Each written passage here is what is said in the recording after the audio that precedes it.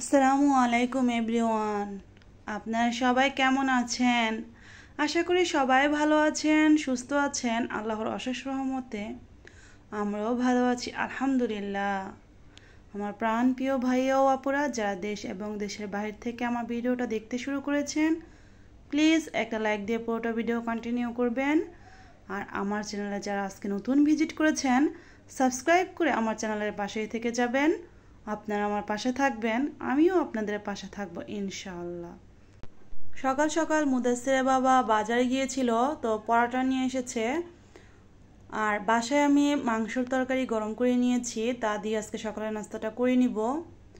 তো নাস্তা করে এখন মুদাসসির বাবা বাজার থেকে কী কী এনেছে তাই আপনাদের সাথে শেয়ার করছি।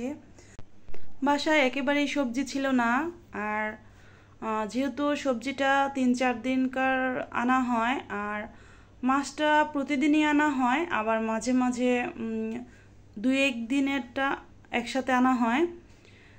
আর যেহেতু রেগুলারই বাজার যায়, আর বাজার হচ্ছে আমাদের বাসার কাছেই, এজন্য রেগুলারই যায় মুদাসসির বাবা। তো এজন্য বাজার নিয়ে এসেছে, আর আমি এখন বাজারটা গুছিয়ে নিয়েছি। তো কী কী এনেছে তাই এখন আপনাদের সাথে শেয়ার করছি। তো লাউ, মূলা, ভেন্ডি, সিম, টমেটো, কাঁচামরিচ, ধনিয়া পাতা, আর হচ্ছে পেঁয়াজ, আলু, আর রুই মাছ নিয়ে এসেছে। আর এখানে মুরগি নিয়ে এসেছে, আর মলা মাছ আনতে বলেছিলাম মুদাসসির বাবাকে। আসলে শীত তো প্রায় চলেই আসলো, সকালবেলা কিন্তু হালকা হালকা শীতও লাগে। এই শীতের মধ্যে মলা মাছের শুটকি ভর্তা আর বসা ভাত বা বৌয়া ভাত যেটাই বলেন, খেতে কিন্তু দুর্দান্ত লাগে।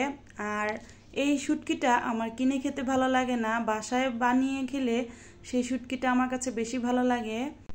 তাই মুদাসসির বাবাকে বলেছিলাম কিছু মলা মাছ নিয়ে এসো, আমি শুটকি করব।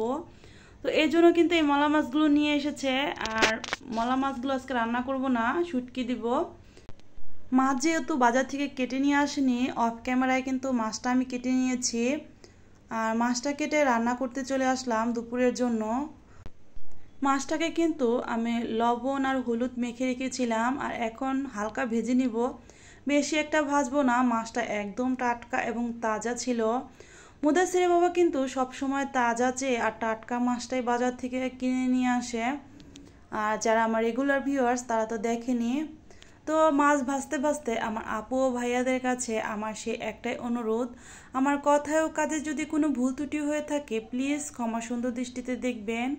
আর আমার প্রতিদিনকার ব্লগগুলোতে আমার কথা দ্বারা যদি কাউকে আঘাত দিয়ে থাকি, নিজের আপনজন ভেবে আমাকে ক্ষমা করে দিবেন। এই তো মাছটা কিন্তু আমি ভেজে নিয়েছি, এক পাশ হয়ে গেছে, তো আরেক পাশ কিন্তু আমি উল্টিয়ে দিয়েছি। তো মাছটা কিন্তু হালকা ভেজে নিলে রান্না করতে বেশ ভালো হয়, আর হালকা ভেজে নিয়ে মাছ রান্না করলে আমার কাছে খেতে বেশ ভালো লাগে। তবে সব সময় যে ভাজি তাও না, মাঝে মাঝে কিন্তু ভাজা ছাড়াও রান্না করি। আর এই তো মাছটা ভাজা হয়ে গিয়েছে। মাছটা বেশ বড়, তাই মাথাটাকে আমি 2 ভাগ করে নিয়েছি। আর এই তো মাছটা এখন উঠিয়ে রাখছি। তো মাছটা উঠিয়ে এই কড়াইতে আমি মাছটাকে রান্না করে নিব। তো মুদাসসির বাবা যেহেতু টমেটো নিয়ে এসেছে, টাটকা টাটকা টমেটো দেখলাম, আর টমেটোর দিয়ে আজকে রুই মাছ রান্না করব, রুই মাছের ঝোল। মাছ ভেজে নেওয়া কড়াইতেই কিন্তু পেঁয়াজটা দিয়ে দিলাম। এখন পেঁয়াজটাকে আমি কিছুক্ষণ ভেজে নিব। তো আমি ডিটেলসে বলি এই কারণ অনেক নতুন রাঁধুনি আছেন, নতুন বিয়ে হয়েছে কিন্তু রান্না করতে জানে না, তখন কিন্তু তারা ভিডিওটা বেশ মনোযোগ দিয়ে দেখে যে কিভাবে রান্না হচ্ছে। আর আমিও কিন্তু এক সময় যখন জানতাম না রান্না, অনেক কিছুই কিন্তু ইউটিউব থেকে শিখেছি।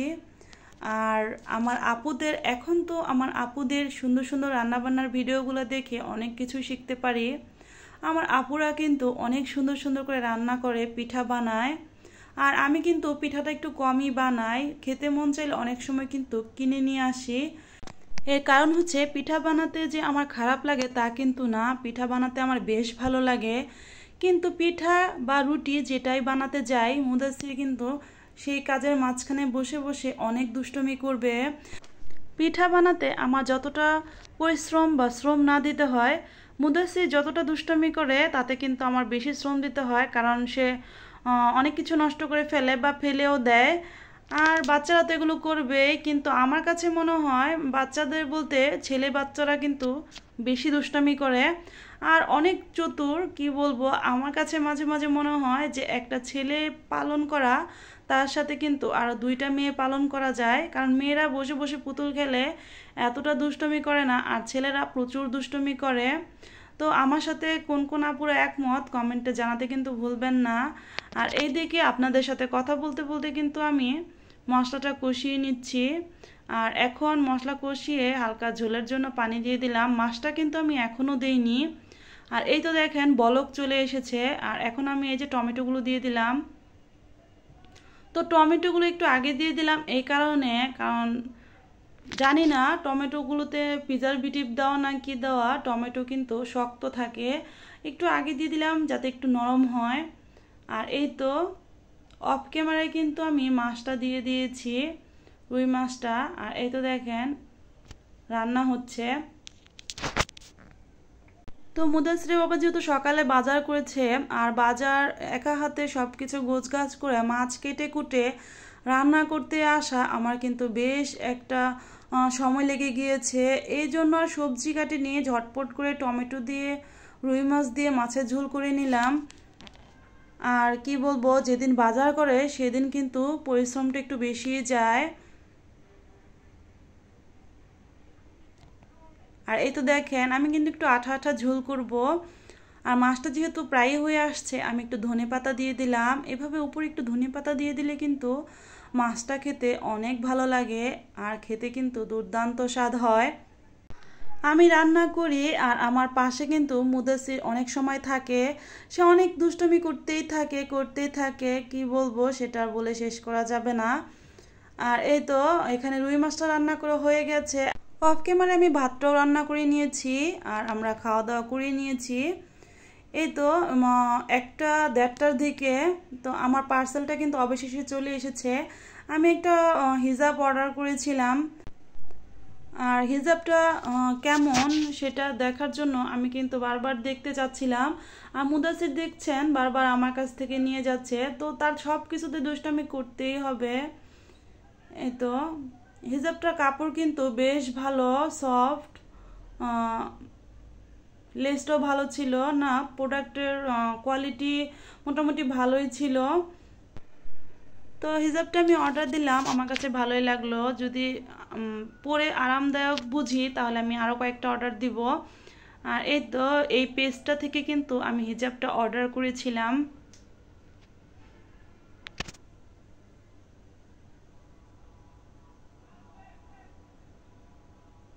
তো হিজাবের যে থুতনির পাশটায় সেখানে এলাস্টিক দেওয়া, এই জন্য কিন্তু হিজাবটা পরতে কমফোর্টেবল লাগে। না, প্রোডাক্টটা মানে সেলাইটা বানানির ফিনিশিংটা বেশ ভালো ছিল। তো কাপড়টা আমি বারবার করে দেখছিলাম যে এলাস্টিক কিনা, না সুতি কটনের মধ্যে। তো আমি কিন্তু পরে একটু আয়নার মধ্যে দাঁড়িয়ে আপনাদের সাথে শেয়ার করছি। তো এটা হচ্ছে অনেক লং না আবার শর্টও না, মিডিয়াম টাইপের হিজাবটা, বেশ ভালো। রেগুলার পরার জন্য কিনেছি। তো এরপর আমি ভালো করে পরে দেখব, যদি আরামদায়ক মনে হয়। এমনিতে ভালোই লাগছে, তারপর কিন্তু আমি আর কয়েকটা অর্ডার দিব। আমার কাছে এমনিতে ভালোই লাগলো। তো এই তো আমি কিন্তু আয়নায় ড্রেসিং টেবিলের সামনে দাঁড়িয়ে আছি, আর এই তো আপনাদেরকে একটু দেখিয়ে দিচ্ছি। তো এটা যেহেতু রেগুলার পরবো, এই জন্য আমি বারবার দেখছি যে আমি কমফোর্টেবল কিনা হিজাবটায়। তো ভিডিও শেষ প্রান্তে প্রায় চলে আসছি। সবাই ভালো থাকবেন, সুস্থ থাকবেন, 5 ওয়াক্ত নামাজ আদায় করবেন, আমাদের জন্য দোয়া করবেন, আমরাও আপনাদের জন্য অনেক অনেক দোয়া করব। আসসালামু আলাইকুম, আল্লাহ হাফিজ।